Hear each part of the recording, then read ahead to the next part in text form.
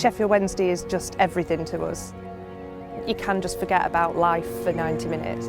You know, you can concentrate on who's having the best game and they're your best friend for those 90 minutes, and there's nothing like it. I don't look at my phone, I don't talk about anything, but it becomes part of your life. It just makes everything else insignificant for those 90 minutes.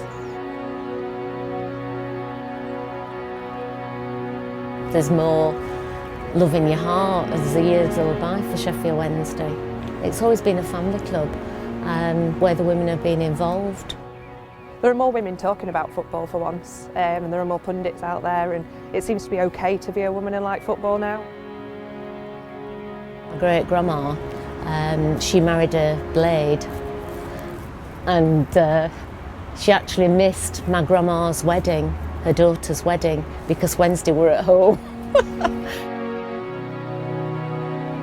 Dad always said, you can bring anybody home, but don't bring a Blade home. And that's how it happens, so luckily I'm a Wednesday supporter. I've been going to the matches with my mum and dad for 30 years, and it's the one thing that we do as a three. It's also, over the last few years, it's been more important than ever. My dad was diagnosed with cancer in 2017, and in the run-up to his operation, we were in the playoffs yet again, and everything just kind of disappeared for those few weeks because we were excited about the game, we were excited about the football, and for him as well, it just kept him thinking ahead.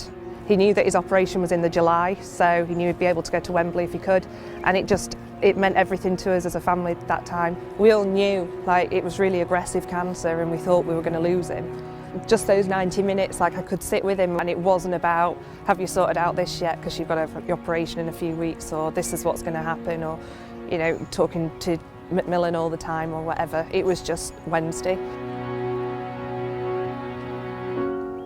We always go to the same pub every match, we meet the same people, and it just kept that routine going. It just meant that for that few hours before, the cancer wasn't there. You can just forget about all your troubles. You just, you know, cheer the team on and enjoy the day, and then go back to your normal life afterwards. But you know, the lads who come here every game, it's a fabulous atmosphere.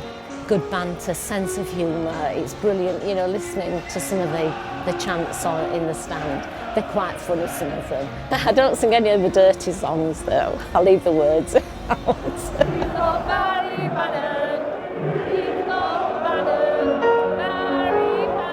We've all got our prostate cancer badges that we wear, and you know, we always raise money for prostate cancer whenever we can, but it's just, I knew on a Saturday afternoon I'd see my dad and my mum and we'd just have a drink, and my dad would buy me a pint, I'd buy him a pint, and we'd sit in the pub and we'd talk to the lads, and there wouldn't be any mention of his illness. I feel like I'm 16 years old when when they come out into the ground. It's just so exciting. You just release your emotions.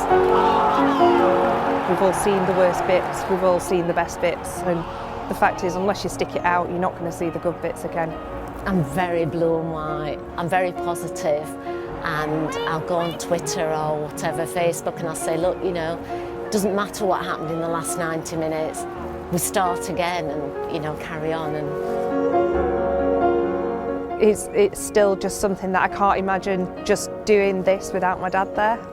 It's just been a huge part of my life just forever, and more so because I get to spend it with my parents. For him to just walk back into the pub like fit and healthy and fine and alive, they just went crazy. It just meant everything. Just that first game back just meant everything. They all just jumped around him, they just shook his hand, they were all just so pleased to see him. He's there again, and everyone was just getting on with it, and because for my dad it was like going back to normality. He didn't have to talk about it, he could just sit with the lads in the pub.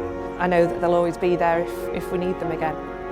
They've helped us as a family through quite a lot, really. We owe them a lot.